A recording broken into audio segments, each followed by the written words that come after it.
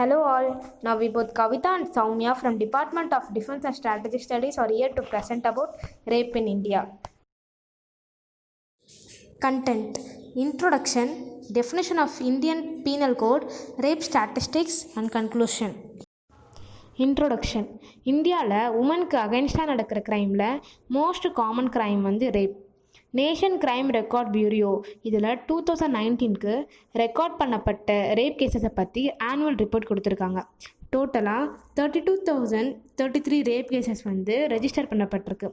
இந்தியாவில் 2019 அதாவது ஒரு நாளைக்கு மட்டும் 88 கேசஸ் ரிப்போர்ட் பண்ணப்பட்டிருக்கு.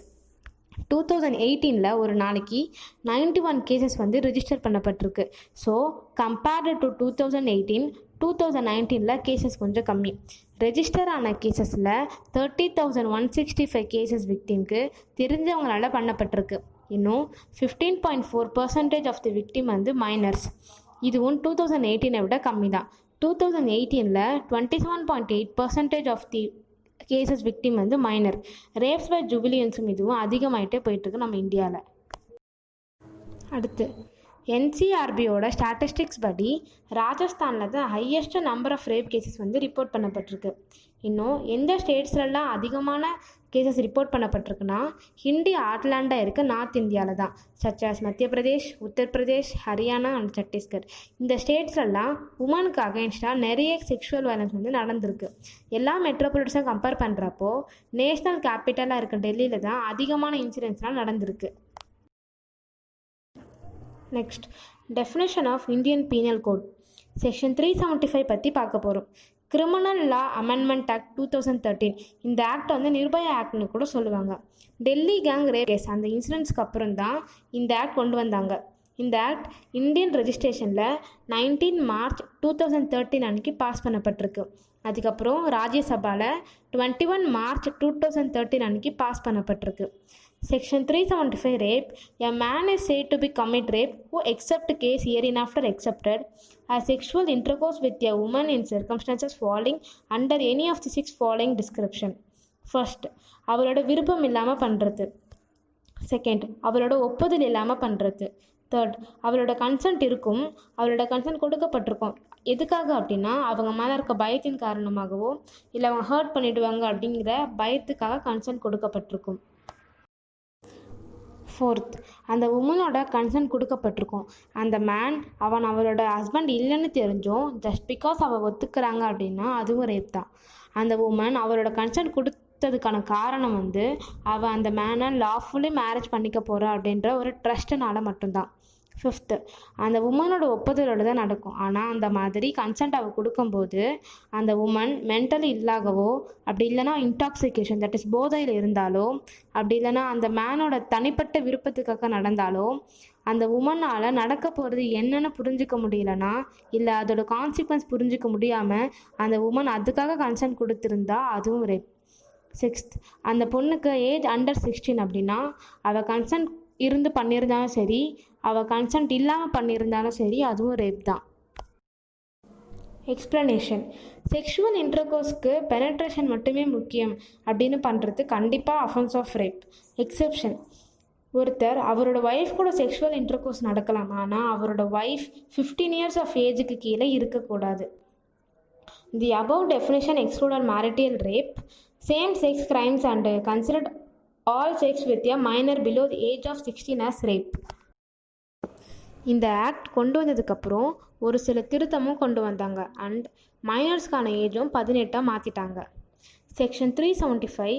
A man is said to be commit rape if he penetrates his penis to any extent into the vagina, mouth, urethra or anus of a woman or makes her to do so with his or any other persons or inserts to any extent any object or a part of the body not being the penis into the vagina, the urethra or anus of a woman or makes her to do so with him or any or other persons or manipulates any part of the body of a woman so as to cause penetration into the vagina, urethra, anus or any part of the body of such woman or makes her to do so with him or any other persons or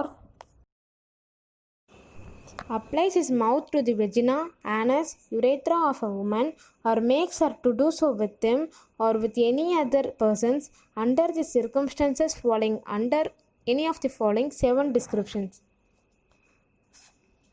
first, அவளோட விருப்பம் இல்லாமல் பண்ணுறது. Second, அவளோட ஒப்புதல் இல்லாமல் பண்ணுறது. Third, அவளோட consent இருக்கும், அவளோட கன்சென்ட் கொடுக்கப்பட்டிருக்கும். எதுக்காக அப்படின்னா அவன் மேலே இருக்க பயத்தினாலையும் இல்லை அவங்க ஹர்ட் பண்ணிவிடுவாங்க அப்படிங்கிற பயத்தின் காரணமாக கன்சென்ட் கொடுக்கப்பட்டிருக்கும். ஃபோர்த், அந்த உமனோட கன்சென்ட் கொடுக்கப்பட்டிருக்கும். அந்த மேன் அவளோட ஹஸ்பண்ட் இல்லைன்னு தெரிஞ்சும் ஜஸ்ட் பிகாஸ் அந்த உமன் ஒத்துக்கிறாங்க அப்படின்னா அது ஒரு ரேப். அந்த உமன் அவளோட கன்சென்ட் கொடுத்ததுக்கான ரீசன் அவள் அந்த மேனை லாஃபுல்லி மேரேஜ் பண்ணிக்க போகிறா அப்படின்ற ஒரு ட்ரஸ்ட்டுனால மட்டும்தான். ஃபிஃப்த், அந்த உமனோட ஒப்புதலோடு தான் நடக்கும். ஆனால் அந்த மாதிரி கன்சென்ட் அவள் கொடுக்கும்போது அந்த உமன் மென்டல் இல்லாகவோ அப்படி இல்லைன்னா இன்டாக்சிகேஷன் தட் இஸ் போதையில் இருந்தாலோ அப்படி இல்லைன்னா அந்த மேனோட தனிப்பட்ட விருப்பத்துக்காக நடந்தாலோ அந்த உமனால் நடக்க போகிறது என்னென்னு புரிஞ்சிக்க முடியலன்னா இல்லை அதோட கான்சிக்வன்ஸ் புரிஞ்சிக்க முடியாமல் அந்த உமன் அதுக்காக கன்சென்ட் கொடுத்துருந்தா அதுவும் ரேப். சிக்ஸ்த், அந்த பொண்ணோட கன்சென்ட் இருந்திருக்கலாம் இல்லாமலும் இருக்கலாம், ஆனால் அந்த பொண்ணோட ஏஜ் அண்டர் 18னா அது rape. Seventh, when one is not able to communicate due to some physical or mental infirmity. Explanation 1. For the purpose of this section, vagina shall also include labia majora. Explanation 2. கன்சென்ட்னா ரொம்ப தெளிவான ஒரு voluntary agreement. இப்போ ஒரு woman அதை வேர்ட்ஸில் அப்படி இல்லைனா கெஸ்டர்ஸில் communicate பண்ணலாம். ஸ்பெசிஃபிக்கான ஒரு செக்ஷுவல் ஆக்டில் பார்ட்டிசிபேட் பண்ணுறதுக்கு விருப்பம் சொல்லப்பட்டிருக்கும். பிகாஸ் அந்த உமனால் ஃபிசிக்கலி எதிர்க்க முடியாது for the act of penetration. Exception 1. Medical procedures rape இல்லை. எக்ஸெப்ஷன் 2. ஒரு மேன் தன்னோட ஒய்ஃப் கூட செக்ஷுவல் இன்டர்கோர்ஸ் பண்ணலாம், பட் அந்த பொண்ணு மேஜராக இருக்கணும். அடுத்து ரேப் ஸ்டாட்டிஸ்டிக்ஸ். 2019 இந்தியாவில் ஒவ்வொரு 17 மினிட்ஸ்க்கும் ஒரு ரேப் கேஸ் ஃபைல் பண்ணப்பட்டிருக்கு. அதுக்கப்புறம் 2018 15 மினிட்ஸ்க்கு ஒரு ரேப் கேஸ். இந்த மேப்பில் எல்லா ஸ்டேட்ஸ்க்கும் எவ்வளோ ஹார்ஸில் ஒரு ரேப் நடக்குது அப்படின்னு இருக்குது. ராஜஸ்தானில் தான் ஹையஸ்ட் ரேப் கேசஸ் ஃபைல் பண்ணப்படுது. அதுவும் 90 மினிட்ஸ்க்கு ஒரு ரேப் கேஸ். 90 மினிட்ஸ் அப்படின்னு பார்த்தா ஒரு 24 ஹார்ஸில் 19 to 20 கேசஸ் ரிப்போர்ட் பண்ணப்படும். Compared to other states, north இந்தியாவில் தான் அதிகம் ரேப்ஸ் நடக்கப்படுது. இன்னொரு பக்கம் இந்தியாவில் கொடுக்கப்படுற ரேப் ஸ்டாட்டிஸ்டிக்ஸ் நம்ப முடியறதில்ல அப்படின்னு சொல்கிறாங்க. எதுக்காக அப்படின்னா, first one, 71% of rape cases report பண்ணப்படுறதில்ல. இதுவும் NCRBயோட ரிப்போர்ட்டில் இருக்குது, 2006 ரிப்போர்ட்டில். Second principal offence rule. Principal offence rule படி எல்லா கிரிமினல் இன்சிடென்ட்ஸும் க்ரைமாக தான் ரெக்கார்ட் பண்ணப்படுது. இதில் ரேப் வித் மர்டர் அப்படின்னு எதுவும் ரிப்போர்ட் பண்ணப்பட்டால் அது வெறும் மர்டர் அப்படின்னு தான் ரெக்கார்ட் பண்ணப்படுது. அடுத்து டூபியஸ் டேட்டா. இதில் தமிழ்நாடு, வெஸ்ட் பெங்கால், மத்திய பிரதேஷ், மகாராஷ்டிரா, குஜராத், பீகார், தெலுங்கானா இந்த ஸ்டேட்ஸ்லலாம் ஆல்மோஸ்ட் 0 மைனர் ரேப் கேசஸ் தான் இருக்குது அப்படின்னு சொல்லப்படுது. அப்புறம் கேரளா அண்ட் ராஜஸ்தானில் மட்டும் almost 50 total rape cases report ஆகிருக்கு. டூபியஸ் டேட்டா அப்படின்னாலுமே ஒரு ஃபால்ஸ் இன்ஃபர்மேஷன் தான் கொடுக்கப்படுது. அடுத்தது number of rape cases registered per 1 lakh population. இது 2019 ரிப்போர்ட். இதில் ஹையஸ்ட் ரேப் ரேட் இருக்கிற ஸ்டேட்டும் ராஜஸ்தான் தான். ராஜஸ்தானில் மட்டும் 15.9. இந்த ஸ்டாட்டிஸ்டிக்ஸில் murder and attempt to rape அக்கௌண்ட்டில் எடுத்துக்கல. மர்டர் அண்ட் அட்டெம்ப்ட் டு ரேப் கேசஸ்லாம் செப்ரேட்டாக போலீஸ்னால் கவுண்ட் பண்ணப்படுது அப்படின்னு சொல்கிறாங்க. அடுத்தது number of rape cases registered 2019. Rajasthan, Uttar Pradesh, Madhya Pradesh, Maharashtra இதில் தான் highest number of rape cases register பண்ணப்பட்டிருக்கு. ராஜஸ்தானில் மட்டும் 5997 கேசஸ் அண்ட் அதுக்கப்புறமா உத்தரப்பிரதேஷ் 3065 கேசஸ். அடுத்து மத்திய பிரதேஷ் 2485 கேசஸ் அண்ட் அதுக்கப்புறமா மகாராஷ்டிராவில் 2299 கேசஸ். அடுத்தது நோட்டபிள் இன்சிடென்ட்ஸ். இதில் ஃபர்ஸ்ட் அஜ்மர் ரேப் கேஸ் 1992. இந்த ரேப் கேஸ் தான் வந்து இந்தியாவில் பிக்கஸ்ட் செக்ஷுவல் எக்ஸ்ப்ளாய்டேஷன். இந்த கேஸில் அஃபெக்ட் ஆகப்பட்ட விக்டிம்ஸில் மோஸ்ட்டாக அண்டர் ஏஜ் ஸ்கூல் கேர்ள்ஸ்.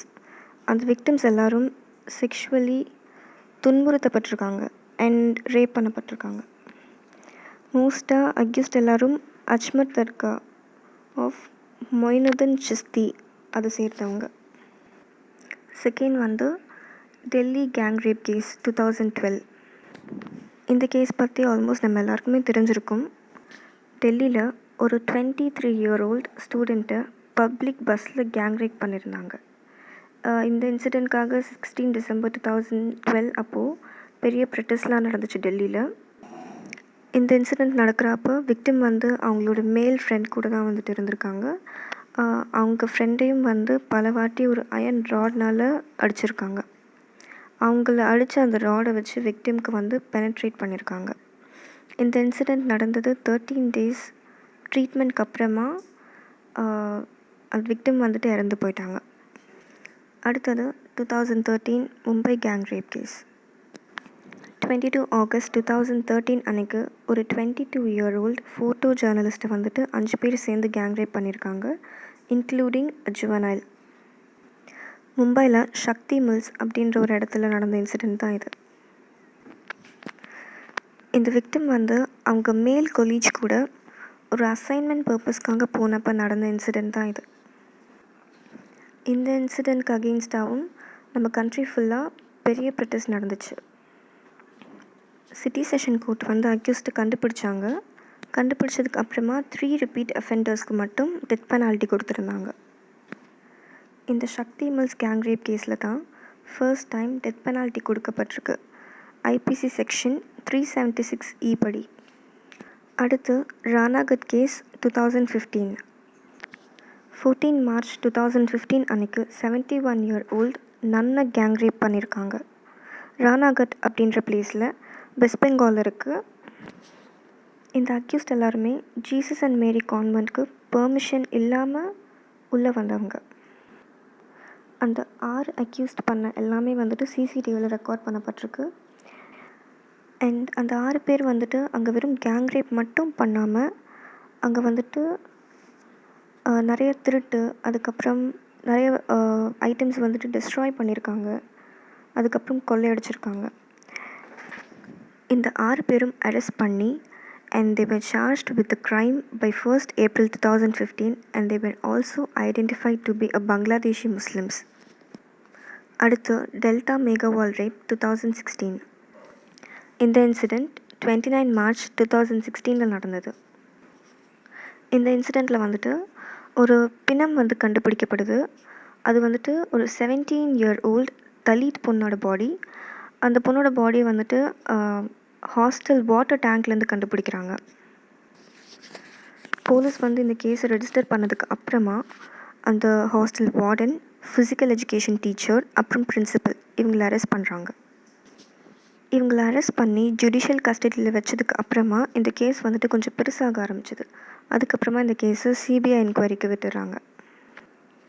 அதுக்கப்புறம் கத்யூவா ரேப் கேஸ் 2018. 17 January 2018 அன்னைக்கு அசீஃபா அப்படின்ற 8-year-old மைனர் கேர்ள் வந்து ரேப் அண்ட் மர்டர் பண்ணப்பட்டிருந்தாங்க. ஜம்மு அண்ட் காஷ்மீரில் கத்யூவா அப்படின்ற ஒரு இடத்துல இருக்க ஒரு வில்லேஜில் தான் வந்துட்டு இந்த இன்சிடெண்ட் நடந்திருக்கு. இந்த இன்சிடெண்ட் ரொம்ப பெரிய இஷ்யூ ஆச்சு. 8 மென்ஸ்க்கு அகெயின்ஸ்டாக கேஸ் ஃபைல் பண்ணப்பட்டிருந்தது April 2018. அடுத்து யுனாவூர் ரேப் கேஸ் 2017. இந்த ரேப் கேஸில் former BJP member Kuldeep Singh ஒரு 17-year-old பொண்ணை வந்துட்டு ரேப் பண்ணியிருக்காரு. இந்த இன்சிடெண்ட்டில் வந்துட்டு 2018 அந்த விக்டிமோட ஃபாதரை வந்துட்டு ஜெயிலில் போட்டிருக்காங்க. ஜெயிலில் போட்டு ஈவன் ஹி வாஸ் டார்ச்சர்ட். அதுக்கப்புறமா அவர் வந்து ப்ரிசோன்லேயே இறந்து போயிட்டார். அதுக்கப்புறம் இந்த கேஸ்க்கு வந்துட்டு ஒரு விட்னஸ் இருந்தார், அவரும் வந்துட்டு இறந்துட்டார். அவரோட பாடி வந்து இம்மீடியட்டாக எரிக்கப்பட்டுச்சு அவங்களோட ஃபேமிலி மெம்பர்ஸ்னால, without autopsy and no communication to police or investigations. அந்த விட்னஸோட ஒய்ஃப் அண்ட் அவங்க ஃபேமிலி வந்துட்டு அவரோட நேச்சுரல் டெத் தான் அப்படின்னு சொல்லிட்டாங்க. அதுக்கப்புறம் அந்த விக்டிமோட அங்கிள் வந்துட்டு அரெஸ்ட் பண்ணப்பட்டிருந்தார். எதுக்காக அப்படின்னா ஒரு 18-year-old மேலே வந்துட்டு கன் ஃபயர் பண்ண முயற்சி பண்ணதுனால. 2019 ஒரு truck with blackened license plates hit the car in which the victim and others were riding in. இந்த ஆக்சிடெண்ட்டில் வந்துட்டு அந்த விக்டிமோட ஆன்ஸ் வந்துட்டு இறந்துட்டாங்க. அதுக்கப்புறமா அந்த விக்டிம் அண்ட் அவங்க லாயரும் ரொம்ப கிரிட்டிக்கல் இன்ஜுரிஸோடு தான் வந்துட்டு உயிர் பிழைச்சாங்க. இந்த விக்டிமோட சேஃப்டி பர்பஸ்க்காக கொஞ்சம் போலீஸ் ஆஃபீஸர்ஸ் வந்துட்டு அசைன் பண்ணப்பட்டிருந்தாங்க. இந்த இன்சிடெண்ட் நடக்கிறப்ப அந்த போலீஸ் வந்துட்டு எதுக்காக வந்துட்டு அந்த இடத்துல வந்து விக்டிம் கூட இல்லை அப்படின்னு கேட்டதுக்கு ஒரு சிம்பிளாக ஒரு ரீசன் ஒன்று வச்சுருந்தாங்க. விக்டிம் ட்ராவல் பண்ணின காரில் வந்து அவங்களுக்கு ட்ராவல் பண்ணறதுக்கு ஸ்பேஸ் இல்லாததுனால அவங்க போகலை அப்படின்னு சொல்லிட்டு ஒரு ரீசனை வந்துட்டு முன்னாடி வச்சுருந்தாங்க. அதுக்கப்புறமா இந்த இன்சிடெண்ட் முடிஞ்சதுக்கப்புறமா 20 டிசம்பர் 2019 குல்தீப் சிங்க்கு வந்துட்டு லைஃப் இம்ப்ரிசான்மெண்ட் கொடுக்கப்பட்டுச்சு. அடுத்தது வந்து மார்க்கண்டே கட்ஜு. இவர் வந்துட்டு இந்த ஹாத்ராஸ் கேங் ரேப் கேஸில் வந்துட்டு ஒரு ட்வீட் ஒன்று போட்டிருந்தார். இவர் யார் அப்படின்னா இவர் வந்துட்டு Indian jurist and former supreme court judge. இவர் போட்டிருக்க ட்வீட் என்னன்னு பார்ப்போம். I condemn the Hathras gang rape and call for harsh punishment of the culprits. However, having said that, there is one aspect which also needs to be considered. Sex is a natural urge in men. It is sometimes said that after food, the next requirement is sex. In a conservative society like India, one can ordinarily have sex only through marriage. But when there is massive and rising unemployment, a large number of young men cannot marry, as no girl will ordinarily marry an unemployed man. Consequently, a large number of young men remain deprived of sex, even though they have reached an age when it is a normal requirement. The population of undivided India before 1947 was about 42 crores. Today, India alone has about 135 crore population, which means there has been a 4-fold increase in population, but the number of jobs increased are far less than 4-fold. In fact, it is believed that in June 2020 alone 12 crore Indians lost their jobs. Therefore, will there not be increase in rapes? I once again make it clear that I am not justifying rapes. Rather, I condemn it, but considering the situation prevailing in the country, they are bound to increase. So, if we really want to end or reduce rapes, we have to create a social and economic system in India in which there is no or little unemployment. I condemn the gang rape and call for harsh punishment of the culprits. இவர் வந்து இந்த ட்வீட்டில் unemployment இருக்கிறதுனால நிறைய பேருக்கு வந்துட்டு கல்யாணம் ஆகிறதில்ல and marriage நடக்காததுனால அவங்களுக்கு வந்துட்டு ரேப் பண்ணுறாங்க அப்படின்னு சொல்லிட்டு ஜஸ்டிஃபை பண்ணியிருக்காரு. Conclusion. Many women lost their health, livelihoods, husbands, families and support networks as a result of rape. Children accustomed to acts of rape can grow into adults who accept such acts as the norm. This cycle must stop, as we cannot accept a selective zero tolerance policy. Thank you.